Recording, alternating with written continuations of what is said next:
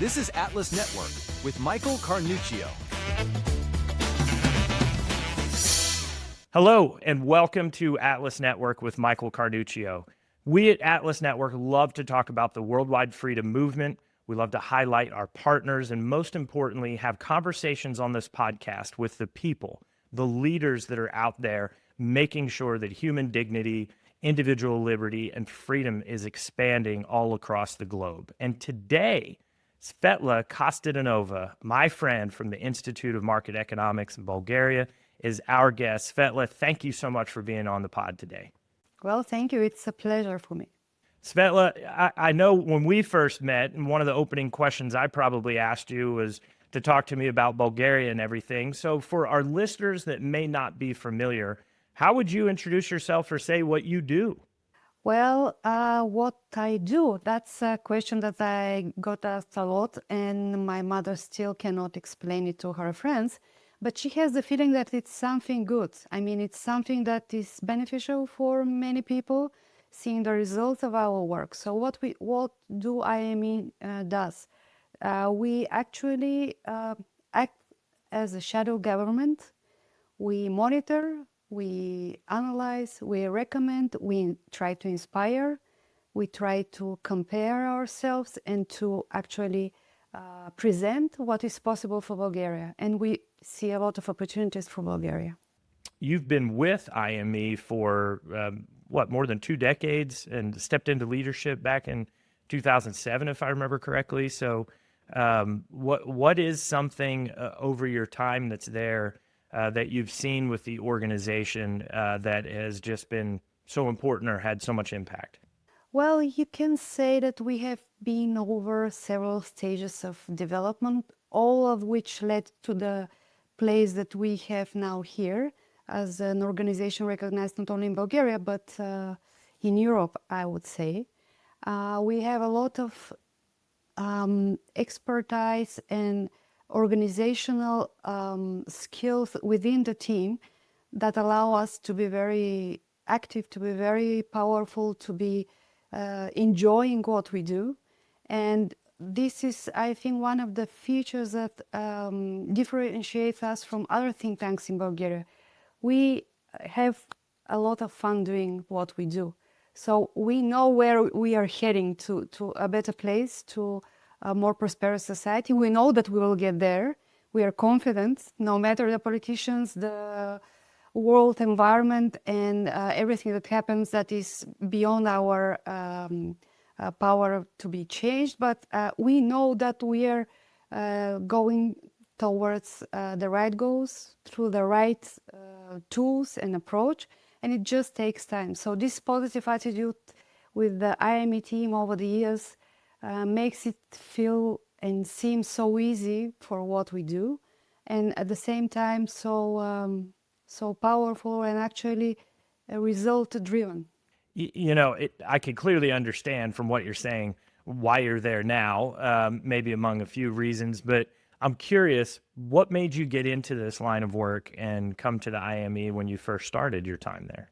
Well, actually, I was not aware of the organization that I started when I landed at the IME as an intern, but it became very quickly very clear to me that it's a good environment to actually do good things and be part of the efforts and of the people, not only the core team, but the larger team of collaborators and partners to actually change our country. And back then we were 15 years after the transition started, so we knew that a lot of things should be done, and it was a good time to actually accidentally start to be part of this organization. Thinking about your approach to leadership for a minute, I know that you've seen quite a few political shifts, local campaigns. There's always an evolving playing field for the work that we do, and I'm sure that you're doing there. How do you stay motivated? How do you keep the team energized and excited versus burning out? Because the work can be tense at times. Yeah. Well, I already mentioned that we have a lot of fun. So you spend a lot a little bit of time in our office, so you would feel that we are making jokes all the time with ourselves first and then with the rest of the world. I hope you were not offended. I had a blast. Yes, so this is one of the first things. If we can make joke of ourselves, then we can be very critical to the rest of the world and be creative and actually productive in a way. One of my very important things that I wanted always to share, always to communicate with my team is that I don't like to micromanage. So I would very much rely on the people to do what they can do best in their field of expertise. Sometimes we will support each other in a way or in skills that we lack, but in general, our expertise and ideas, I would very much rely on the people of the team. So I select people that I know, that I see that they know more than me in the specific field, which is very important for them to be successful. So I don't micromanage, and this is something that in our approach towards the reforms and the people that we communicate and try to convince is also something that we would like to apply, to give freedom and room for the people and for the country to actually find the better way to do what should be done. What a novel concept, right? I'm interested in something I've noticed about you. We've had the opportunity, Atlas Network has organized groups of CEOs from the United States and Europe together for years. That's where you and I really got to know each other. And one of the things I noticed early about you, and I've always admired, is there can be several CEOs that have to be heard in a room, that want to be extremely loud, right? I'm probably one of them, if we're being honest, right? But you're not. You have a very quiet but persistent, confident power, and when you speak, everyone listens. It's not shouting over each other, and there's an earned respect among your peers. But that also seems to be just, I noticed it in the office, right? That is how you approach leadership. Where does that come from? What is that? It's unique. I already mentioned that I like to listen to people. I like to take everything that I can apply into my strategy or my relationships with people. So I am aware how little do I know in general about many things. So I would like the other people to contribute more with what they can. So yes, I would first listen, and by listening, you allow the others to actually reveal themselves, the good and the bad. Also, that's an important strategy as well. So you can get to know where you can push more, or what you can use in your arguments and your work. So it's just my style. It's just my style. Well, my children will not support what I say now, but in general, in my work environment, I would prefer to listen and then speak out. So you've been quoted by your peers. You said before that in moments of crisis, initiative will pass to the most prepared. And that's a great quote, great point. But it has me wondering, what does preparedness look like for you? How do you think about being prepared, and how do you focus on preparation? Well, I always have this feeling that I should have prepared more. So, but I realized with years that there's no time. You have to act, you have to do what you're supposed to do, you have to take the action, but still, again, preparedness and accumulating knowledge and skills is important. But on the other hand, you have to be very consistent and act when the moment comes. So it's a balance of gaining knowledge and expertise, and deciding when you should act. And you would be surprised that most of the people that are responsible for the governance, for the reforms, for the policies, for the advocacy stuff, most of them are not prepared at all. So it's very easy to be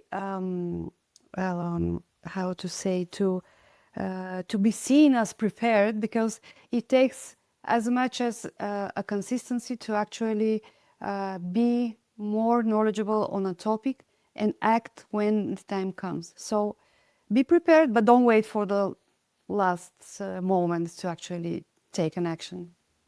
We talk a lot on this pod, but in groups with leaders about the Overton window, the phrase of making sure that we're prepared for that moment and then being able to execute when the time comes.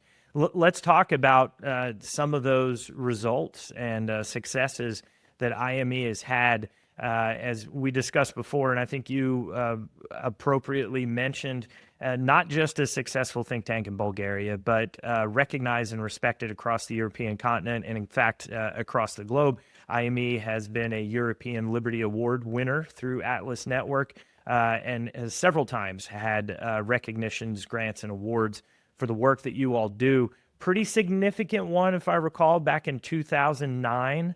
That was, you guys had been working for 4 or 5 years, I think, on abolishing minimum capital requirement, and really had a big transition. Take us through that. Let's start there. What was that moment like? That probably had to be a pretty big win early in your career. Yes, well, the story is very simple. In order to start a company in Bulgaria, you were required to put a lot of minimal capital upfront. It's a nonsense. It shouldn't be there. Everybody understood that, but someone should. It was a matter of educational campaign and talking to politicians and decision makers. So it took us 2 years. Everybody thought that this is just unnecessary effort to actually remove the minimal capital. And we ended up at the situation where after elections, all major political parties in the newly formed parliament, the first draft bill that they submitted was for abolishing the minimum capital. So it was not just a matter of achieving a policy change, but it was a matter of the success was that we managed to effectively communicate our idea to the 3 basic political parties that are enemies in the parliament, but they recognize that this is something very beneficial for the entrepreneurs. So this was the big win, not only removing the minimum capital requirement to start a company, but actually seeing that all politicians from all the specters recognize this idea as something that should be done. And it was the first idea submitted in the parliament. So this was just one of the few examples that IME over the years managed to do from the beginning till the very end. And it's not about only business registration or entrepreneurship environment. The flat tax in Bulgaria that we have, the 10% flat tax, is something that we have proposed, advocated, and now we still try to keep it in place. It's a huge competitive advantages for Bulgaria and the people. We also do have other policy wins in judiciary in recent years, something that we have been recognized for by Atlas Network for the European Liberty Award. We have started already doing something in healthcare sector, so you're going to hear some good news, I hope, soon, also in healthcare. So as you can see, a lot of different sectors and topics that we are doing, but it's the basic modus operandi that is important. You see the problem, you recognize that this is something that will that affects a lot of people. You know that if something, a policy or a regulation is changed, it will actually improve the well-being and the chances of people to become entrepreneurs or to be more free in their work. And then you have a plan and you just stick to the plan. And I think that this is very important. Stick to the plan, modify it, change it sometimes, work with partners like the Atlas Network and other organizations from the network, and be very active and very positive. You're part of what I like about what you're highlighting here and successes and having a plan is this point. I think there's a question that a lot of our partner organizations would have. They're going to listen to you and they're going to say, okay, so you're really good at identifying the problem and probably doing the research and publishing the report. But how do you get so good at influencing public opinion? I mean, to have three political parties that all oppose each other, to all agree with your idea, that's pretty significant and pretty rare. So what advice would you give peers about how to take the expertise and the opportunity and influence that public opinion? Well, I should say it's not easy. Sometimes the explanation is that we have been in this job for so many years, so people recognize us. But the reality is that if you're respectful to the other partner's objections about a reform or about why we should not change something now, but later, or not in this way, but in another way, you should be very respectful and giving signs that you hear the other side and the opposite opinions. But at the same time, you should be very, how to say, you should stick to the plan again and be very, very consistent and repeat, repeat, and repeat. Sometimes we as an organizations believe that everybody is following us, and once we have said something, it should not be repeated. So you have to have argument for all affected people, for the older, for the workers, for the people in rural areas, for the mothers. You should find the best argument for everyone to support you, or most of the people to support you. And in a way, you should do the work politicians do. They try to convince, they try to be elected. So you're doing this in that way, except for you're not, aiming at election, but you're aiming the politicians to see that the people are supporting what you suggest. So it's very easy for the politicians to actually take action and do what you expect them to do. So convincing people is one of our basic activity, and not only politicians, but ordinary people. So I want to go back to the beginning of your career in education and kind of how that influences where you're at now, because you studied economics and early your focus was mostly on economics. In fact, I don't think a lot of people realize or might recognize enough the economic output in terms of analysis, report, and respect that IME has within Bulgarian society, not just on the public policy side. I was very impressed with that when I spent time with your team. But how did focusing and studying economics, hyperinflation, times of chaos at that point early in your career, how had that influenced your personal view on liberty and the importance of some of these policies that maybe drives you today? Yeah, it's a very good question, because I studied in Sofia Economic University and it was a nightmare. I mean, the teachers were Soviet, were trained in Soviet-style economics. So everything that I learned in the university, actually, I tried to forget the moment I graduated. And I was very lucky to actually end up in an organization like IME, where I would have the access to the real economics, and more or less start from the very beginning. But I witnessed what it is to have what happens when you have a hyperinflation. So I studied it on my back. I mean, while I was in the university, we had a very huge hyperinflation. We had student strikes, and everything was closed. We didn't have access to, a lot of things. So I didn't study it, I lived it. So it was very easy for me to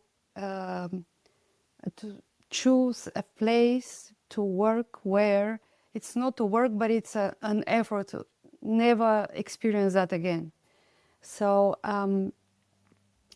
that's something that differentiates us, I mean, my generation and the generation before that, to all the new generations in Bulgaria. because we now always claim young people, they don't understand, they take everything for granted, but they have never lived through this, and they don't have memories of this. So to keep that memories alive, and to take the good policies at their heart. So for me and for my generation, we have experienced what it is to live in hyperinflation, and we remember.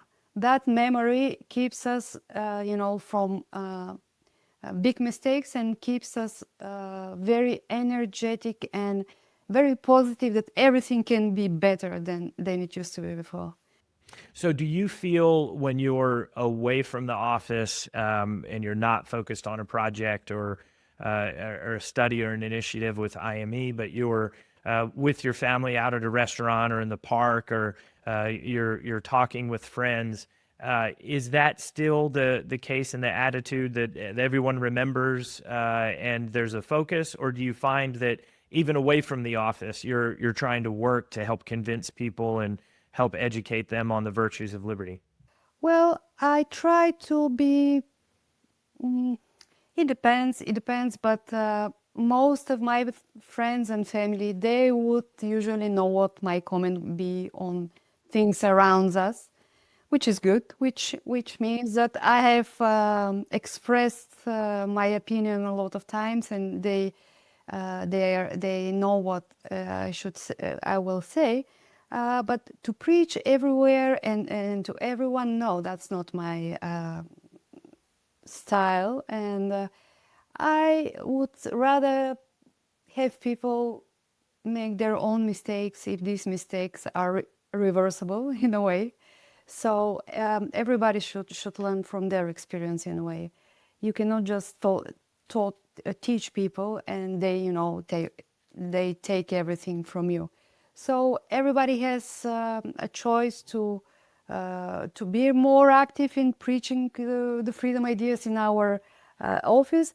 And we have people that are very, very expressive, and they fight all the time, and they even argue with the waitress and with the driver and try to convince everybody. But that's not my style. That's what freedom is, to let people do their mistakes and take their choices, make their choices the way they want. So love to shift gears and talk a little bit about IME's involvement with Atlas Network. When that started, do you remember the moment that you first plugged in and connected with Atlas Network and with peer organizations? And what is the value that you found in that, and why you've continued to partner and participate in Atlas Network activities? Well, over the years, I have thought several times that if it wasn't Atlas Network, we as an organization would be very distant from what's going on outside Bulgaria. So the first benefit of our membership and partnership with Atlas Network is that we are actually not focused only on our national priorities and problems, but looking outside and seeing the bigger picture. It's very easy to be focused on national levels. The stuff, we have so many things to fix, but seeing so many organizations in Europe and around the world that are fighting their fights gives us a perspective of where we are. Are we on the right track? Are we in the beginning or in the middle of the road? This opportunity to compare ourselves actually is what is giving us boost every time when we compare ourselves to other organizations. There are not so many organizations that we can compare to in Bulgaria, so the only comparison is similar organizations around the world. And ever since we joined the Atlas Network, the comparison is also always in favor of IME when we do it. We are not, we don't want to brag about it, but still. We call that a humble brag in the United States. But it's very, very beneficial for us that's one of the few boosts that we can actually receive from anyone. And sometimes this is an event organized by the network, by the Atlas Network, or a competition, or running for an award. This is something that drives us, makes us more powerful in what we do. And it's very, very motivational for us. Other than that, exchanging of ideas are very easy to copy from others' organizations' work, approaches, tools. That's what it's about. What it is about when you're in a network. So I have memories of cooperating with Atlas Network since 2005, I think, or 4, and it's always been a lot of fun, and always something new that you can experience, and that is alive in general. Something new, something positive, something exciting, that you look forward. So yes, and I would not say that there are so many other partners that we have outside Bulgaria that we can honestly talk to, look for advice, and receive such an advice or skills or exchange. Yeah, there's a leadership quote that says leadership is lonely, right? And sometimes when we need to connect with peers, be vulnerable, or just get some insight and kind of chop it up, we have to get outside of our bubble, or we have to find those groups. At Atlas Networks, Coach, Compete, Celebrate is part of making sure that our partners have an opportunity to do that. You mentioned the events, and you and I have spent time with our peers and colleagues doing just this at CEO Summits and also the Europe Liberty Forum, among others. So I have to ask you, because I asked our friend Matt Warner, Atlas Network president, I asked him this question. So I'm wondering what your response would be. If someone just showed up at the Europe Liberty Forum and bumped into Svetla, walking the halls or doing, what do you do at the Liberty Forum? What can someone find you doing? Are you always in panels focused? Are you networking? Are you meeting with friends and going out on the town to have a social time together? What's your story? Well, I usually would attend almost all panels, except for several topics that I'm totally not an expert. But I would sit on the panels, I would listen, talk to people all the time. If I have the opportunity to, introduce myself to newcomers, it's something that I would do. Partying, yes, but not so much. I try to find new ideas, and I always have something in mind when I go to the forum. I'm looking for a solution or for a quick fix for something that I'm challenged in my work, and I'm always open to this solution, and I pretty much almost always find the solution to my quest, whatever it is. So be with an open eyes is something that is the best when you go to such events. And I always try to bring some new colleague with me, because it's very inspirational and motivational.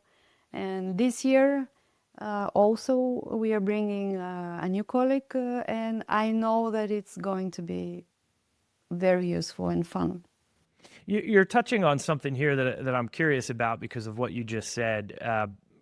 That you have this experience with the Atlas Network up close, and have had it in many settings for quite a while. What is something that many peers or folks outside of the network may not realize or may not see that you've had experience up close from interaction that you think they should know about? Well, the first one is it's a competition between partners, but it's also a cooperation with partners. Sometimes you start competing with someone, but you end up in joint project or in joint effort, which is very, very useful, because in the beginning, you were always looking at the organization as someone who you're competing with, and you know that they're better, or you suspect that they're better. And at the end, you work with them, and you're very happy to work with a better partner. So this is something that I think is very unique to the Atlas Network.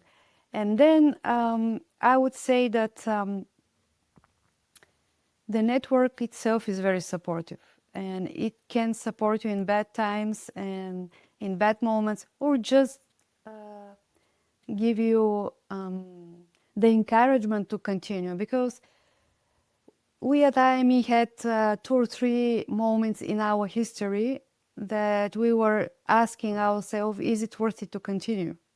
There was even an event where one of our board members asked, and when Bulgaria joined the European Union in 2007, publicly it was questioned whether IME has succeeded in achieving its goal and we should just stop existing. So there were 1 or 2 or 3 moments in our 32 years of existence where we were so successful that, some of the board members suggested we were thinking about actually doing something else, not, the things that we are doing. So in that moment, the Atlas Network gave us a perspective that there's so much more to be done, and it shouldn't be in that specific format, but there is always a better way to do things, and to do public policy, and to approach problems in a society. So here we are, still existing, and this is part because of the Atlas Network. So let's take it back in here and talk a little bit more about you and your leadership and your story, because you've led with consistency. You've earned the respect of your peers. We talked about how IME has had great success on an international stage. So your leadership is an example, and it's a story for a lot of the younger women that are coming up in our movement specifically. And so what advice would you have for them, or what would you say about your story that you think could be valuable as they look to become and have the impact that you've had?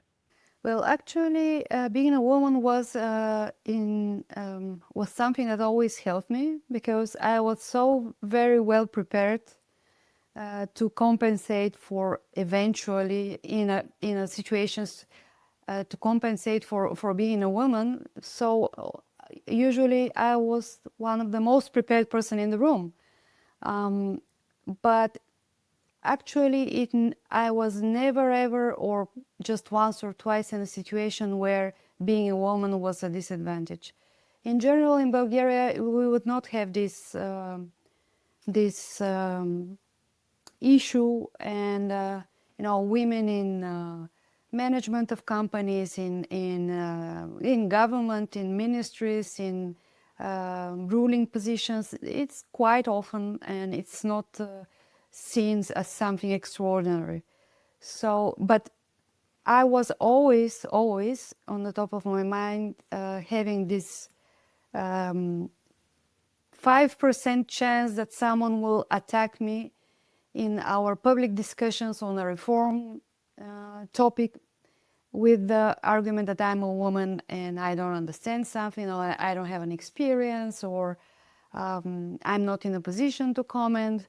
So I was very well prepared every time I would, meet with people on my work. Other than that, I don't think that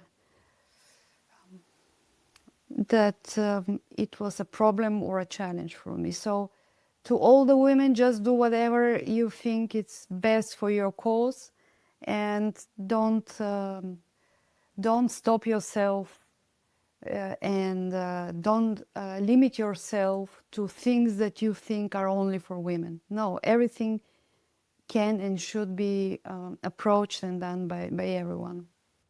what advice would you give to someone, or let me ask it this way.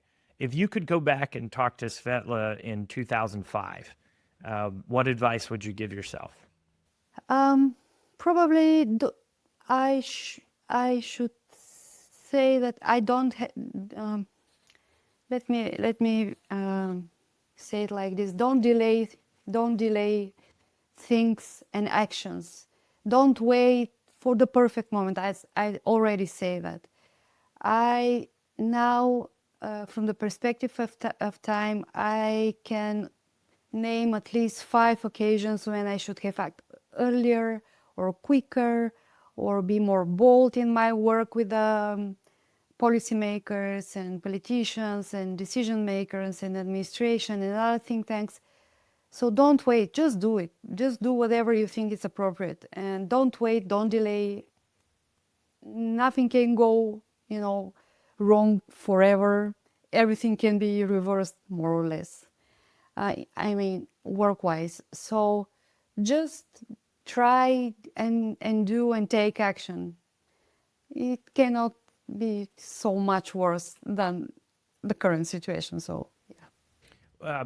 One other question here about influence on your leadership, because a lot of people I don't think would realize when I've been in peer settings with you, with other groups of CEOs, a lot of times some of the conversation is about our families and our kids, and we share stories and compare notes of being parents and also working professionals and what that's like. So would you say that being a mom has helped influence your leadership and made you better with IME, or have you found conflict in trying to balance the demands of personal and professional life?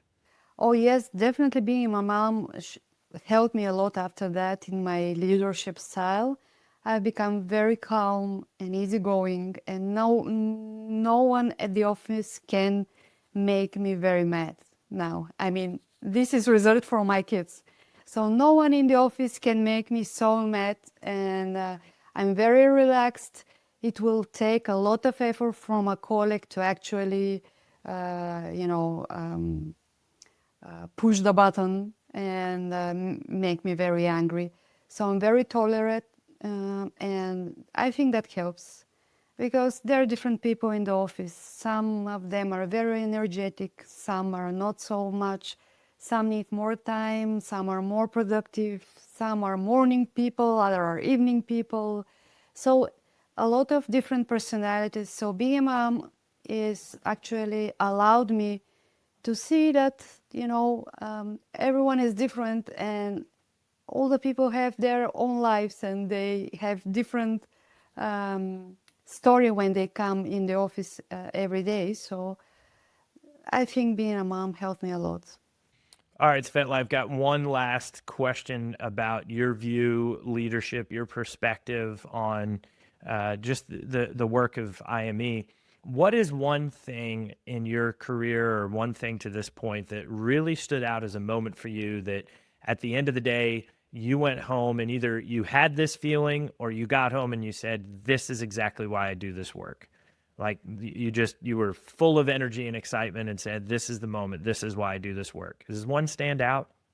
Well, it's very, very rewarding when you see a recent opponents actually acknowledging that you not only they are aware of what we do, but they start to question their position and are willing to adopt some of our arguments. This is very important for us, because we at IME are always ready to argue with everyone. And when we see that the environment changes, it's very beneficial, because we are there for the long game. I can always give you an example of specific policy wins, but these policy wins are just a milestone for the long game that we are playing, and it's to become Bulgaria more prosperous. So a specific occasion I cannot just quote now, but we have seen already on so many topics, change of opinion, change of view, and this change is here to stay. So it will benefit from this change of opinion for a long time in the future, and which this is something that we cherish the most. Svetla, we have just a couple minutes left here.